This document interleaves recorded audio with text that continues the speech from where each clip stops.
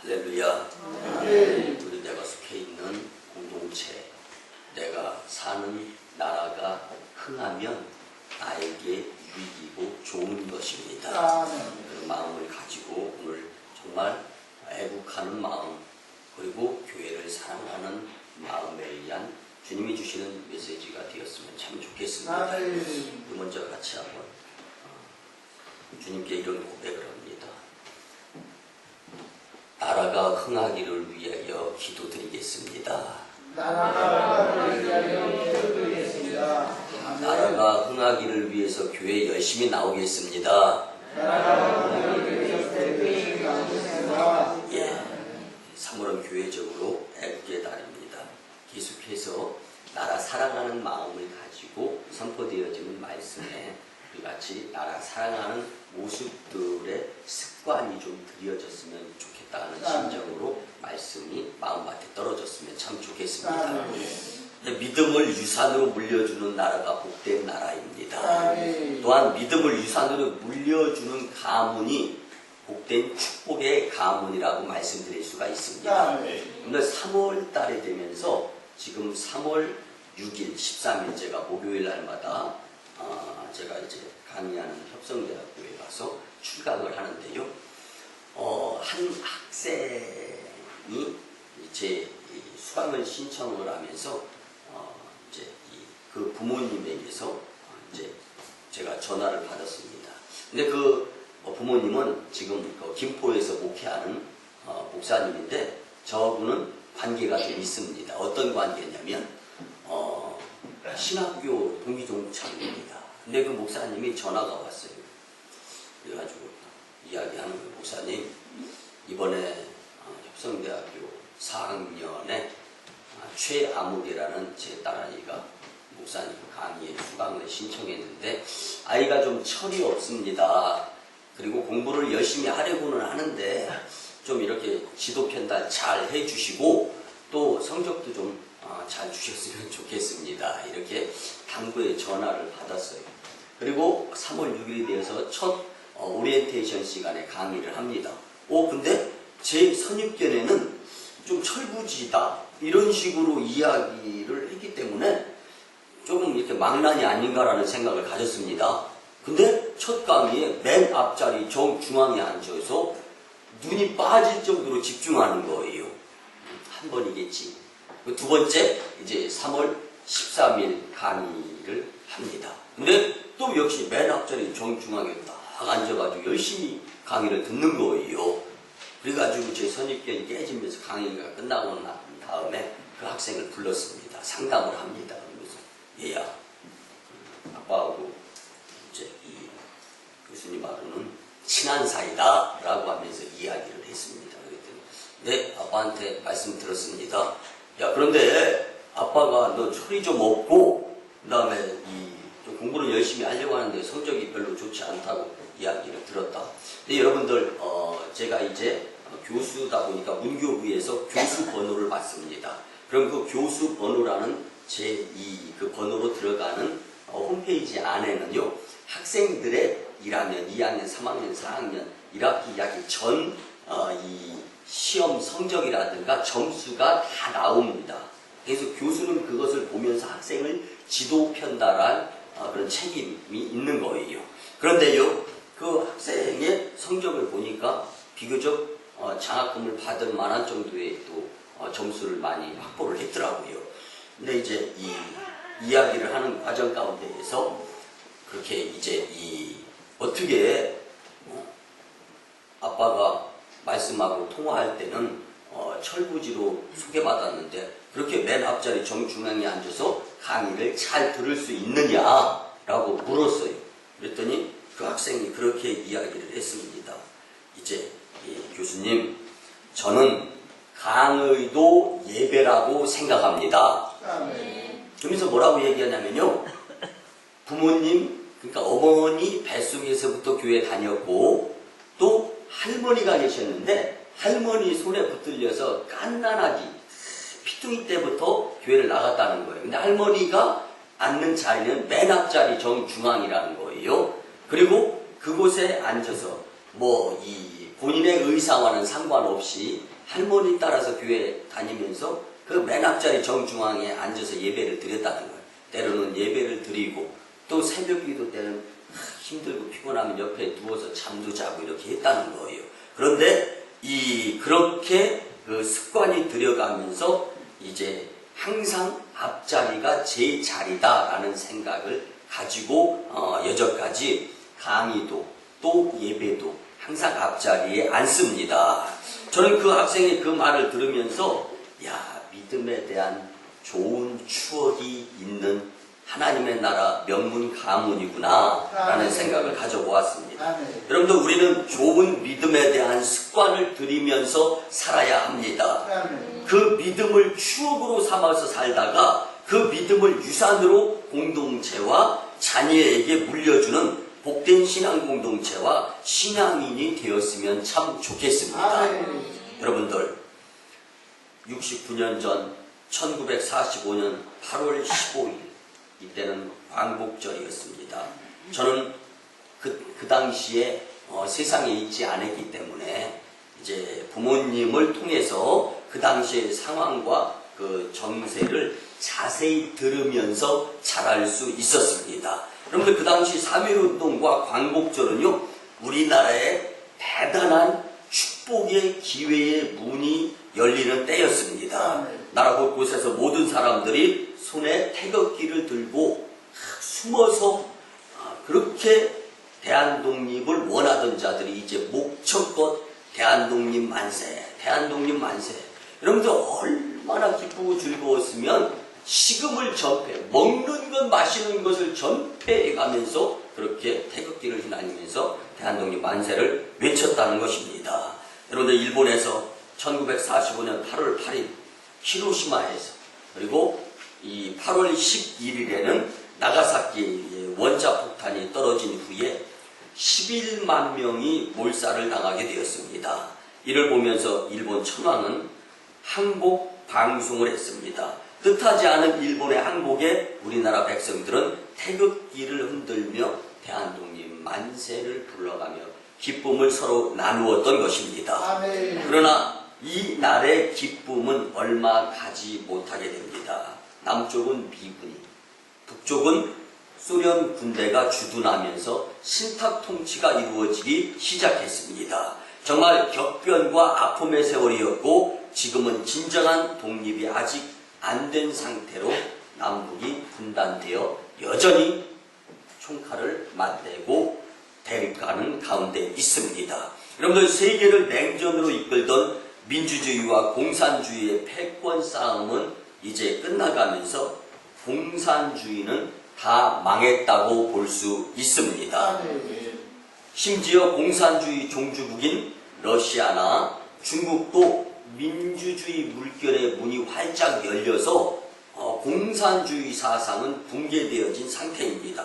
그런데 유달리 저 북녘땅은요, 공산주의의 그 잔재, 그리고 어쩐 면에서는 공산주의라기보다는 김일성, 김정일, 김정은에 이어지는 김씨 왕조 시대를 계속 이어가고 있다라고 말씀을 드릴 수가 있습니다. 사랑하는 성도 여러분, 우리 한반도는 세계에서 가장 강한 4대국에 포위되고 둘러싸여 있는 곳이 바로 한반도 땅입니다.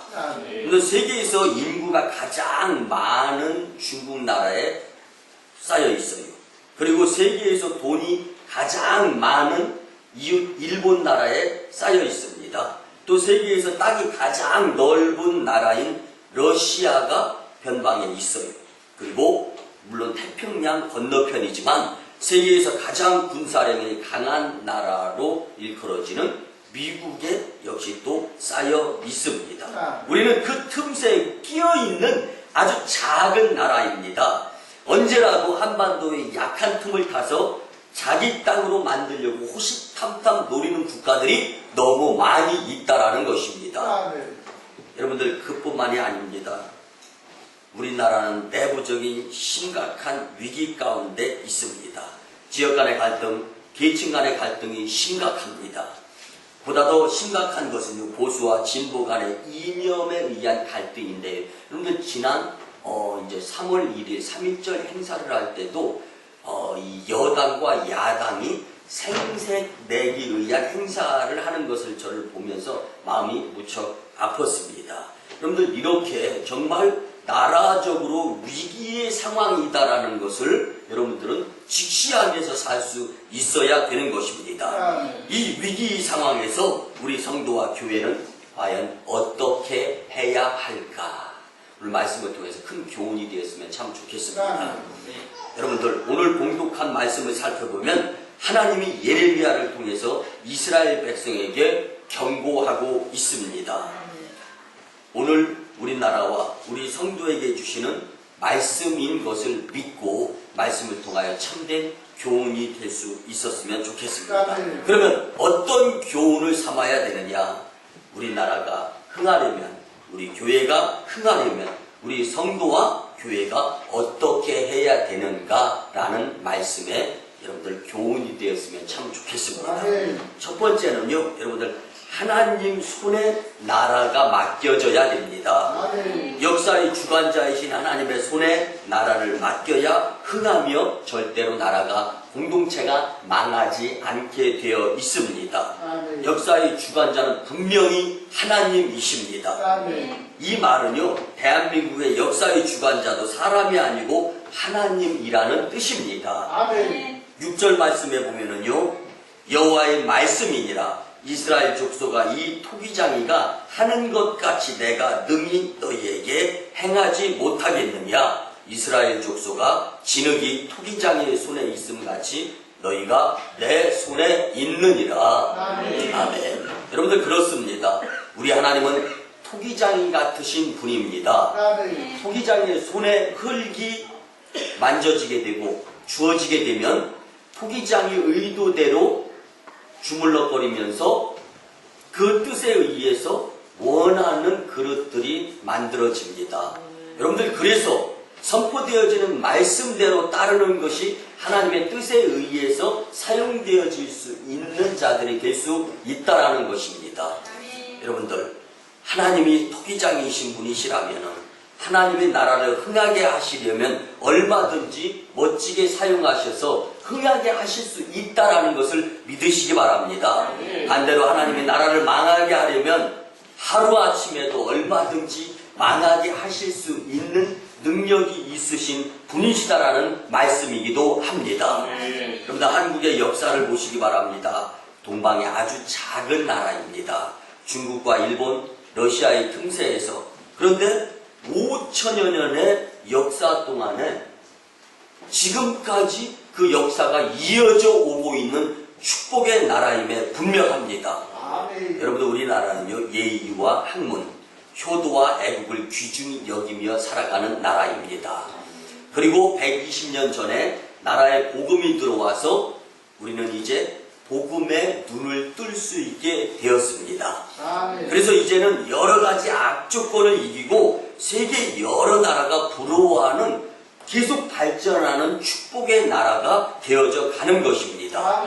여러분들 이것은요, 우리의 노력과 저력도 물론 있지만 더 중요한 것은 하나님이 흥하게 해주신 것을 우리는 믿고 감사할 수 있어야 됩니다.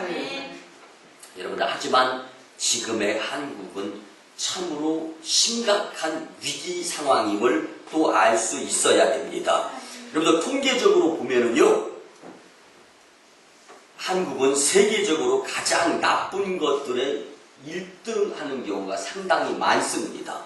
여러분들 이 부분을 놓고 말씀을 드리면요, 우리가 그러니까 꼴등, 그러니까 안 좋은 쪽으로 1등 하는 것에 한 나라가 절반만 가지고 있고 예수님을 믿지 않는 나라라면 그 나라 당장 망해버립니다. 한번 보시기 바랍니다. 우리나라는요, OECD에 속해 있는 국가이면서 OECD 국가 중 또 전체 전 세계 국가 중 교통사고율이 1위, 1인당 술 소비량 1위, 청소년 흡연율 1위. 여러분들 청소년 흡연율은요, 이제 여러분들 더운 나라는 이렇게 보면은요, 부모들이 또 선배들이 후배들한테, 자녀들한테 담배를 권해요. 작은 것을 치료하며 큰 생명을 잃는 현상들인데도 생각이 없어. 여러분들 무지하게 더우면은요 용서하시고 들어주시기 바랍니다. 뭐 추적 60분 이런 것처럼 잘못된 것을 가르치려고 말씀드리는 건 아닌데 제가 들은 이야기입니다. 아주 덥다 보니까 그냥 몸이 흐느적거리고 힘들어 할 때 이제 예를 들어서 담배 한 대를 피우면 혈관이 수축되어지면서 혈류가 서서히 흐르면서 몸이 좀 더웠던 몸이 서늘해진다는 거예요. 근데 여러분들 그 몸이 잠깐 더운 것을 서늘해지게 하면서 생명을 잃어가고 있는 것인데 그걸 모르는 거예요. 그런데 뭐 베트남이라든가 더운 나라에서는 지금 어린이 흡연 그래서 그곳을 방문할 때마다 야, 이 나라가 어떻게 되려고. 근데 여러분들 남나라 이야기할 것 없습니다. 그 나라는 대놓고 아버지 앞에서도 담배 피지만 우리는 숨어서 피는데 숨어서 하는 담배 이게 판매량이 최고라는 거예요. 그래서 청소년 흡연율 1위, 또 이혼율과 자살률 1위, 저출산과 낙태율 1위. 여러분들 서두에 말씀드렸잖아요. 이거 어느 한 나라가 절반만 이거 안 좋은 것 1등하는 모습을 갖는다면 그 나라 당장 망합니다. 그런데도 참으로 이상한 것은 우리나라는 그럼에도 불구하고 망하지 않는 것입니다. 그 이유가 뭐겠습니까? 여러분들 뭐로 설명하겠습니까? 저는 이렇게 말씀드리겠습니다. 하나님이 보호하사 하나님이 은혜 내려주셔서 하나님이 지켜주셔서 우리나라가 이만큼 살 수 있게 되는 것 이것이 곧 하나님의 은혜인 줄 믿으시기 바랍니다. 성도 여러분 우리 민족이 원하는 것이 무엇입니까? 남북 통일과 선진국이 되는 것입니다. 그런데 현실은 어렵습니다. 여러분들 그러나 염려할 필요 없습니다. 일본이 어느 날 갑자기 항복하며 우리가 광복을 누렸습니다. 역사의 주관자 되시는 하나님이 우리에게 통일을 선물로 주시면 우리는 흥하는 나라로 받아 누릴 수 있습니다. 아멘. 왜? 세계의 모든 주권주의는 하나님이시기 때문입니다. 아멘. 한국의 경제가 더 발전하여 인류 선진국 대열에 들어서면서 1인당 국민 소득이 4만 불, 5만 불 시대를 경험할 수도 있게 하실 수 있는 분이 하나님이십니다. 아멘. 이것도 하나님의 은혜로서 그 하나님의 은혜가 우리에게 절실히 필요하다라는 것을 잊지 마시기를 바랍니다. 아멘. 사랑하는 성도 여러분, 그래서 잘했다 못했다 보다 더 중요한 것은 하나님 영광이라는 것입니다. 아멘. 우리나라가 흥하려면 하나님의 손의 나라가 붙들려야 함을 기억하면서 사는 저와 여러분들이 다 되었으면 참 좋겠습니다. 아멘. 두 번째는요, 악에서 돌이켜 말씀으로 돌아가는 나라가 흥하는 나라가 됩니다. 아멘. 우리는 악에서 돌이켜 회개하고 말씀으로 돌아가야 나라가 흥하며 망하지 않게 됩니다. 여러분들 우리 교회 부흥에 보면은 내가 교회에 안 빠져야 우리 교회가 부흥한다라는 우리 교회 부흥 구호가 있지 않습니까? 역시 마찬가지입니다. 내가 속해 있는 나라가 흥할 수 있도록 믿음의 백성 사람들인 우리가 해내야 할 것은 잘못한, 그래서 악에서 돌아서 이 하나님의 말씀대로 살려고 노력하며 살아가야 될 것들이 바로 우리에게 필요한 모습인 것입니다. 본문 7, 8절에 보면은요, 내가 어느 민족이나 국가를 뽑거나 부수거나 멸하려 할 때에 만일 내가 말한 그 민족이 그의 악에서 돌이키면 내가 그에게 내리기로 생각하였던 재앙에 대해 뜻을 돌이키겠다. 아멘. 여러분 그렇습니다. 주변의 강대국들을 보나 저 북한을 보나 우리의 국내 상황을 보나 희망이 보이는 곳이 별로 없습니다. 그러기에 이 암담한 상황에서 우리가 바라볼 곳은 하늘을 들어서 고개를 들어서 하늘의 아버지 하나님을 바라보아야 되는 것뿐임을 믿으시기 바랍니다. 그런데 하나님께서 우리에게 원하시는 것이 있습니다. 그것이 무엇입니까? 오늘 보면 8절에 보니까 악에서 돌이켜야 된다. 여러분들 우리나라 면적을 놓고 보면 굉장히 땅덩어리가 좁습니다. 한번 보시기 바랍니다. 남북한이 합쳐서 22만 제곱킬로미터입니다. 남한이 북한보다 이게 이 넓이가 좁아서요. 남한은 이제 9만 9천 제곱킬로미터입니다. 여러분들 남한과 중국을 놓고 보면은요. 중국은 면적이요. 957만 제곱킬로미터이기 때문에 중국은 남한의 이 수치적인 상황으로 보면은 100배가 차이가 납니다. 여러분들 그런 가운데에 우리가 이 5천여 년 역사 중에 중국은 작은 이 한반도를 수차례 약탈하고 집어삼켜 먹으려고 시도를 했습니다.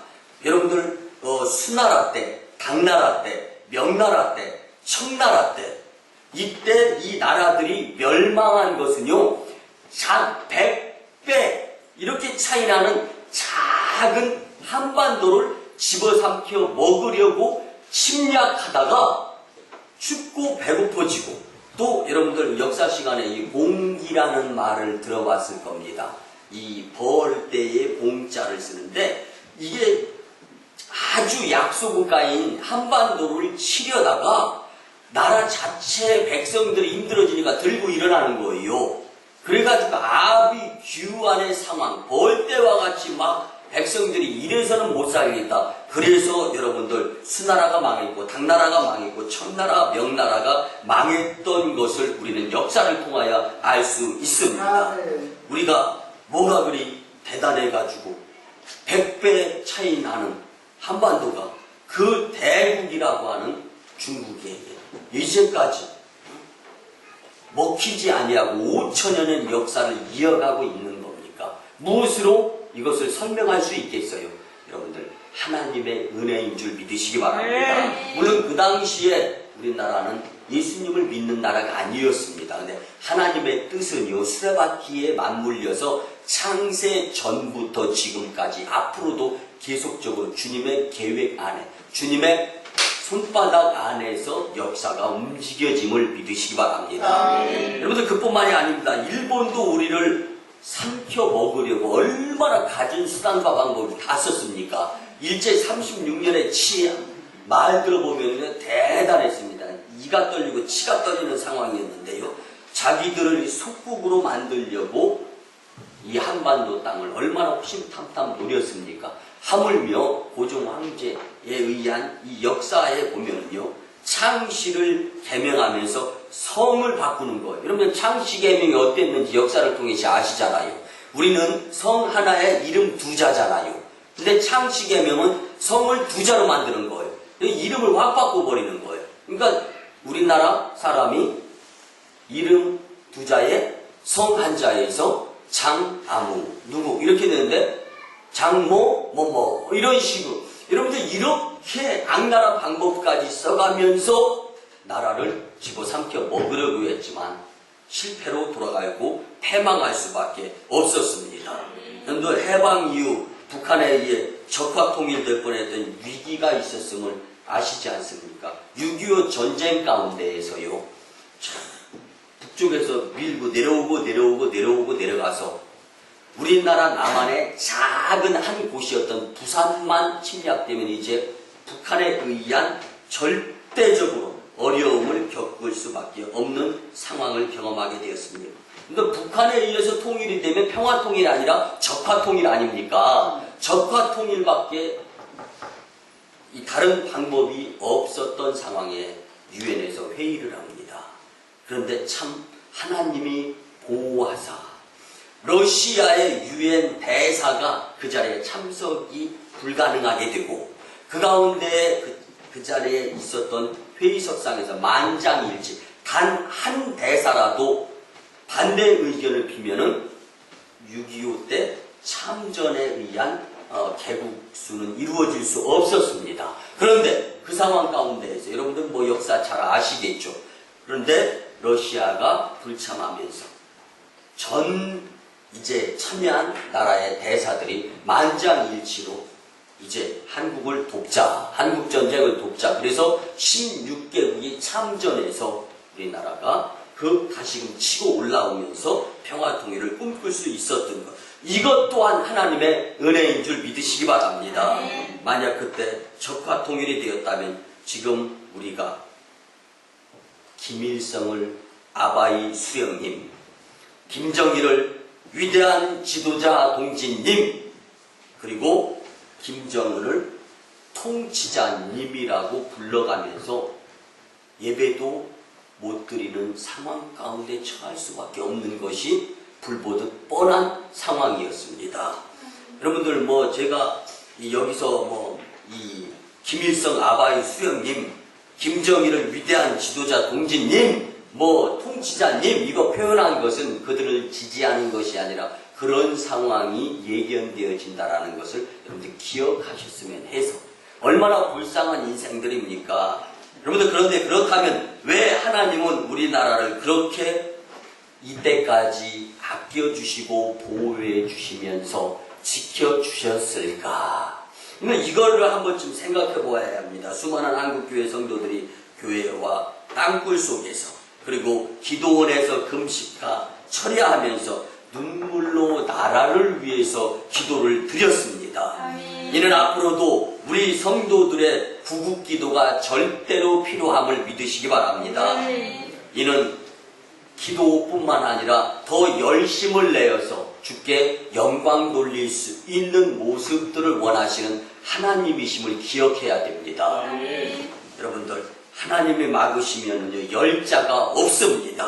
하나님이 지키지 아니하시면요 아무리 최첨단 핵무기가 동반되어진다 할지라도 패망할 수밖에 없는 나라가 되고 맙니다. 오늘 말씀이 그것을 우리에게 경고하고 계시는 것입니다. 이 말씀은 예레미야 선지자를 통해서 주신 하나님의 말씀입니다. 예레미야가 이 말씀을 받을 때는요 북이스라엘이 멸망한 후에 남쪽 유다 나라가 범죄함으로 인하여서 바벨론에 의해 멸망당하기 직전의 때였습니다. 여러분들, 예레미야는 민족의 멸망을 지연하거나 보류할 수 있는 유일한 길이 죄에서, 악에서 돌아서서 하나님께 영광 돌리는 회개의 삶을 살아야 된다는 것을 분명히 알았습니다. 그러나 그들은 그 경고를 무시하고 오히려 예레미야 선지자를 감옥에 잡아 가두고 말았습니다. 그 결과는요, 바벨론을 들어서 무서운 심판을 받게 하셨는데 예루살렘은 함락되고 말았습니다. 바벨론의 속국이 되고 말았습니다. 사랑하는 성도 여러분, 소돔과 고모라상의 멸망은요 죄악으로 인한 멸망이었지만 가장 근본적인 걸 놓고 보자면 의인 10명이 없었기 때문입니다. 마찬가지로 한국이 사는 길은, 한국이 흥황하는 길은 악에서도 이렇게 말씀 중심의 의인들이 많아져야 하는 것입니다. 여러분들, 누가 의인입니까? 죄악을 죄로 알고 회개할 수 있는 사람이 의인입니다. 그런 의인 10명이 한국에 있다면 한국은 흥황하게 되어 있습니다. 오늘 본문 10절에 보면 만일 그들이 나 보기에 악한 것을 행하여 내 목소리를 청종하지 아니하면 내가 그에게 유익하게 하리라고 한 복에 대하여 뜻을 돌이키리라. 아멘. 이 말씀은요, 하나님 말씀을 들으면서 돌이킬 때 흥할 수 있고 하나님의 말씀을 안 들으면서 돌이킬 때 패할 수밖에 없다라는 말씀입니다. 여러분들, 하나님께서 주시는 이 말씀이 정말 살아서 나라를 흥왕케 하는 모습들을 갖출 수 있는 자들이 된다면 하나님께서 우리나라를 흥하게 해주실 줄 믿습니다. 그래서 하나님 말씀대로 살아서 나라를 흥하게 하는 저와 여러분들이 다 되었으면 참 좋겠습니다. 마지막 세 번째는요, 한국교회와 성교의 사명에 최선을 다해야 합니다. 이렇게 되면은요 흥하는 나라로 절대로 망하지 않습니다. 그러면 하나님께서 한국교회에 맡겨주신 사명과 그 일들에 대해서 최선을 다해야 나라가 흥하며 망하지 않게 됩니다. 여러분, 한국 교회는요 1980년대 말부터 교회 성장은 후 둔화되었다라고 이야기합니다. 여러분들 그런데 한 면만 보지 마세요. 이거는요 잘 모르는 자들이 하는 게, 하나님이 왜 지금까지 한국을 계속 보호해 주시고 인도해 주시냐면요, 하나님의 뜻이 그 무엇인가 한 가지 두 가지 세 가지 할 것 없이 이루어지고 있는 것, 그래서 하나님의 마음을 시원하게 해드리고 있는 것이 분명히 있기 때문에 하나님이 보호해 주시는 거예요. 네. 그걸 오늘 한번 우리 같이 찾아봅니다. 여러분들 한편으로 보면은요, 교회는 1960년대 70년대 성장하면서 이제 이 1980년대까지 성장한 다음에 더 이상 성장하지 않는 교회들이 대다수다, 이런 평가가 내려졌는데요, 그 가운데 세계 선교는 계속 성장하고 있습니다. 여러분들 저는 선교사들한테 가끔가다 물어보고 싶습니다. 선교 나가지 아니하는 나보다 선교 열정이 더 있어야 되는데, 저는 가끔가다 한 번씩 그런 생각을 해봐요. 정말 그 선교지에서 죽을 수 있을까? 여러분들 저는요, 선교지에서 죽을 수는 없어도 목회하다 죽을 수는 있습니다. 왜? 목회지가 제 자리이기 때문에. 그러나 선교사들은 선교지가 자기 자리이기 때문에 그 자리에서 죽을 수 있어야 되는 거예요. 그런데 그렇게 죽을 수 있는 선교사들이 계속 배출되고 있기 때문에 하나님이 이 나라를 보호하시고 들어서 쓰시는 나라인 줄 믿으시기 바랍니다. 그런데 세계 선교사 파송 순위가 지금 현재 우리나라가 세계 2위입니다. 미국에 이어서. 그런데 여러분들 2020년이 되면 미국을 뛰어넘어서 우리나라가 세계 선교 1위 국가가 되기를 바라는 마음으로 선교사들이 계속 선교 나갑니다. 근데 한국 세계 선교협의회라고 하는 KWMA라는 공동체가 있습니다. 그곳에서 2013년 12월 현재 발표한 자료에 의하면요, 한국의 파송 선교사 수는 169개, 여기에 25,745명이 파송되었다라고 집계를 냈습니다. 근데 여러분들 우리나라는요, 1974년도부터 선교사를 파송한 나라입니다. 1974년도에 선교사 파송국은 10개 나라였습니다.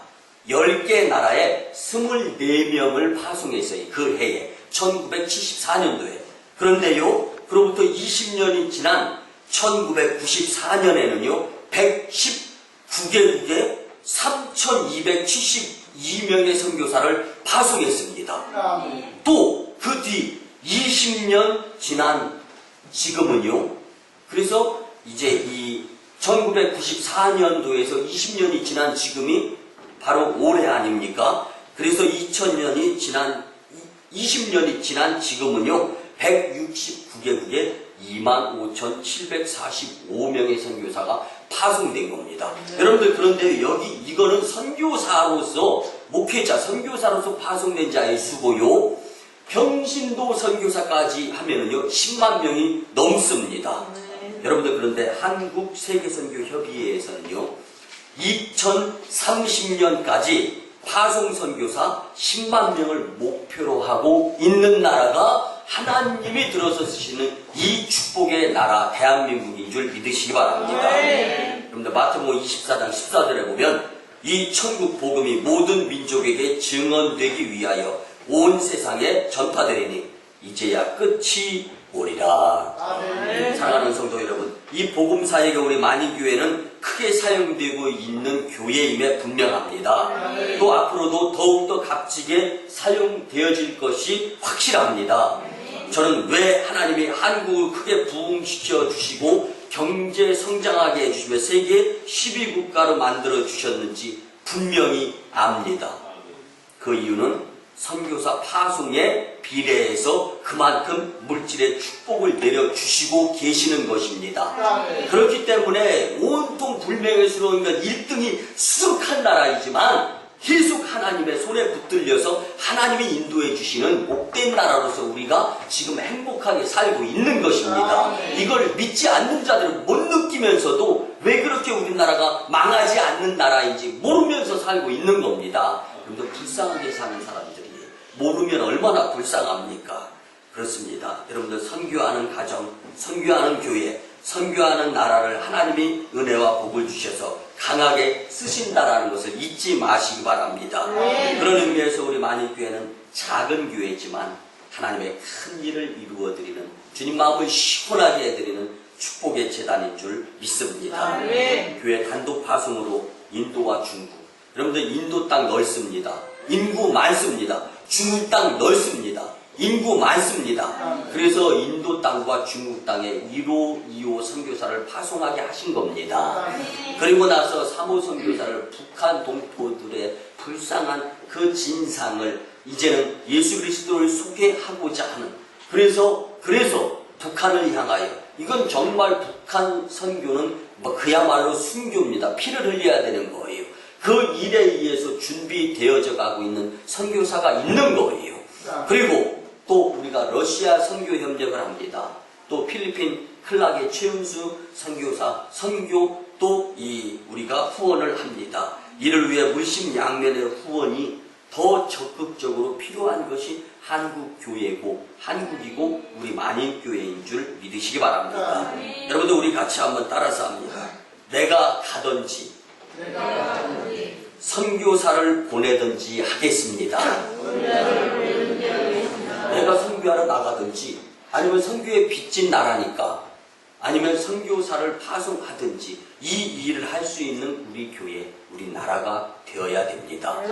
만약에 한국이 선교의 사명을 제대로 감당하지 못하게 된다면 한국은 흥하기는 어려운 나라다라는 것을 오늘 말씀을 통하여 분명히 느꼈으면 좋겠습니다. 만인교회 성도들은 빠짐없이 선교에 동참하며 주님의 은혜와 복을 받는 가정과 사업장들 되시기를 주님의 이름으로 축원합니다. 말씀의 결론을 드립니다. 사랑하는 성도 여러분, 하나님의 손을 의지하고 악에서 말씀으로 돌이키고 한국교회와 성도의 사명인 선교의 열정을 내게 될 때 대한민국은 절대로 망하지 않고 흥하게 됩니다. 만인교회는 절대로 망하지 않고 하나님의 촛대를 옮기지 아니하시면서 흥하는 교회가 됩니다. 여러분들 잘 아시잖아요. 한국 전래 동화에 나오는 까치도 자기를 구해준 선비에게 은혜를 갚습니다.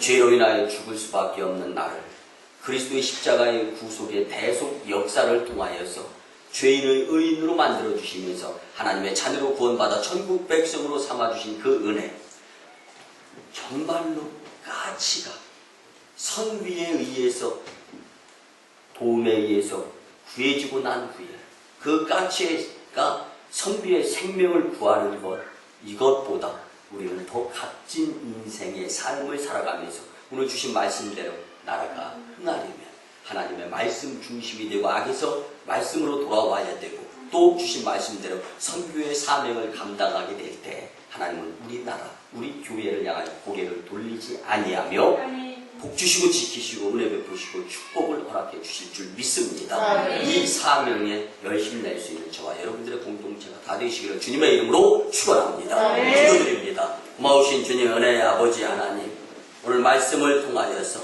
우리에게 은혜를 깨닫게 하심에 감사를 드립니다. 3월 애국의 달 셋째 주일에 우리에게 나라가 흥하려면이라는 귀한 말씀을 주셨사오며 주신 말씀대로 주님의 손을 의지하고 악에서 말씀을 돌이키며 우리의 사명인 선교의 열정을 내어 하나님 영광, 교회 부흥, 성도 축복의 주인공들이 다 되게 은총으로 같이 하여 주시옵소서.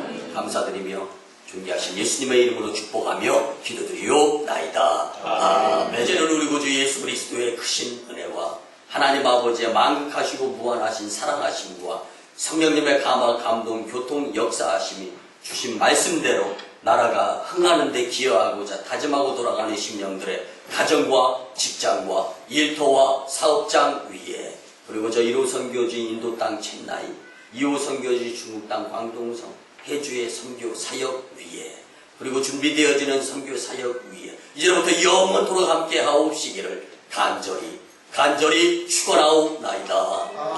아멘.